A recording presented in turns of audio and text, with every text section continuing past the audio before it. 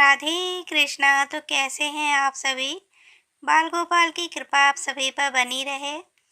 आज है नवरात्रि का पहला दिन। जानेंगे कैसे करें माँ शैलपुत्री की पूजा। भोग की रेसिपी भी जानेंगे और लास्ट में जानेंगे माँ शैलपुत्री की व्रत कथा को। वीडियो पसंद आएगा तो लाइक शेयर ज़रूर करिएगा। तो चलिए वीडियो को शुरू करते हैं। नवरात्रि के 9 दिनों को बेहद ही पावन माना जाता है। आज नवरात्रि का पहला दिन है और आज माँ शैलपुत्री की उपासना की जाती है। हिंदू धर्म में नवरात्रि का विशेष महत्व होता है।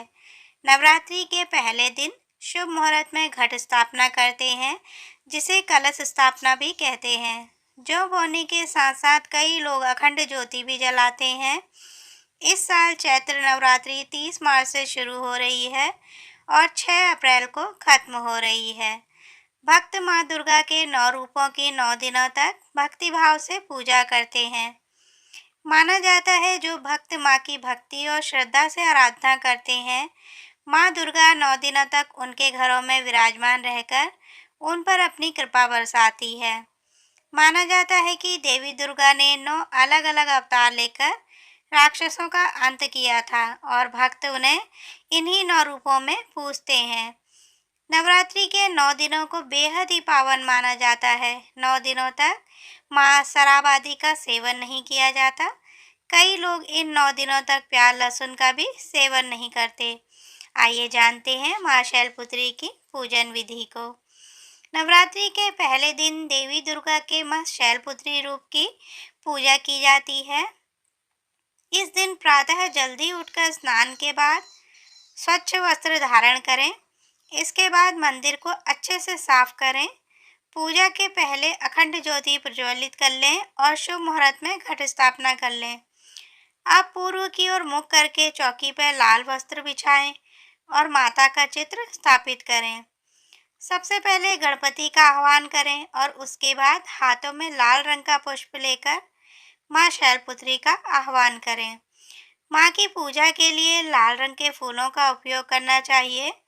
माँ को अक्षत, सिंदूर, धूप, गंध, पुष्प चढ़ाएं। माता के मंत्रों का जाप करें। घी से दीपक जलाएं और माँ की आरती करें। शंखनाद करें, घंटी बजाएं और माँ को प्रसाद अर्पित करें। आइए जानते हैं माँ शैलपुत्री को क्या भोग लगाया जाता है। नवरात्रि के पहले दिन कलश स्थापना के दिन माँ शैलपुत्री की पूजा करते हैं और माता को लाल रंग के फूल चढ़ाते हैं। माँ शैलपुत्री के लिए जो भोग बनाया जाता है वो गाय के घी और दूध से बना होता है। आप माता को भोग में गाय के दूध से बनी खीर का भोग लगा सकते हैं। खीर बनाने के लिए आपको गाय का दूध, चीनी, इलायची, साबूदाना या मखाना आदि की आवश्यकता होती है। अब सुनेंगे माँ शैलपुत्री की व्रत कहानी को। माँ शैलपुत्री सती के नाम से भी जानी जाती हैं। एक बार प्रजापति दक्ष ने यज्ञ करवाने का फैसला किया। इसके लिए उन्होंने सभी देवी देवताओं को निमंत्रण भेज दिया, लेकिन भगवान शिव को नहीं भेजा। देवी सती भली भांति जानती थी उनके पास निमंत्रण आएगा, लेकिन ऐसा नहीं हुआ। वो उस यज्ञ में जाने के लिए बेचैन थी, लेकिन भगवान शिव ने मना कर दिया। उन्होंने कहा कि यज्ञ में जाने के लिए उनके पास कोई भी निमंत्रण नहीं आया और इसीलिए वहां जाना उचित नहीं। सती नहीं मानी और बार बार यज्ञ में जाने का आग्रह करती रहीं। सती के न मानने की वजह से शिव को उनकी बात माननी पड़ी और अनुमति दे दी। सती जब अपने पिता प्रजापति दक्ष के यहाँ पहुंची तो देखा कि कोई भी उनसे आदर और प्रेम के साथ बातचीत नहीं कर रहा। सारे लोग मुंह फेरे हुए हैं और सिर्फ उनकी माता ने स्नेह से उन्हें गले लगाया। उनकी बाकी बहनें उनका उपहास उड़ा रही थीं और सती के पति भगवान शिव को भी तिरस्कृत कर रही थीं। स्वयं दक्ष ने भी अपमान करने का मौका न छोड़ा। ऐसा व्यवहार देख सती दुखी हो गईं। अपना और अपने पति का अपमान उनसे सहन न हुआ और फिर अगले ही पल उन्होंने वो कदम उठाया जिसकी स्वयं कल्पना दक्ष ने भी नहीं की होगी। सती ने उसी यज्ञ की अग्नि में खुद को स्वाहा कर अपने प्राण त्याग दिए। भगवान शिव को जैसे ही इसके बारे में पता चला तो वो दुखी हो गए।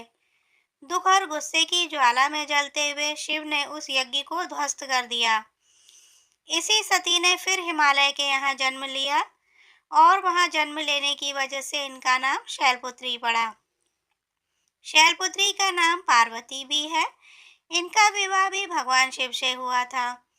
माँ शैलपुत्री का वास काशी नगरी वाराणसी में माना जाता है। वहाँ शैलपुत्री का एक बेहद प्राचीन मंदिर है।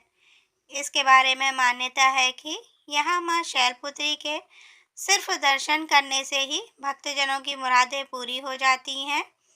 कहा तो यह भी जाता है कि नवरात्रि के पहले दिन यानी प्रतिपदा को जो भी माँ शैलपुत्री के दर्शन करता है उसके सारी वैवाहिक जीवन के कष्ट दूर हो जाते हैं।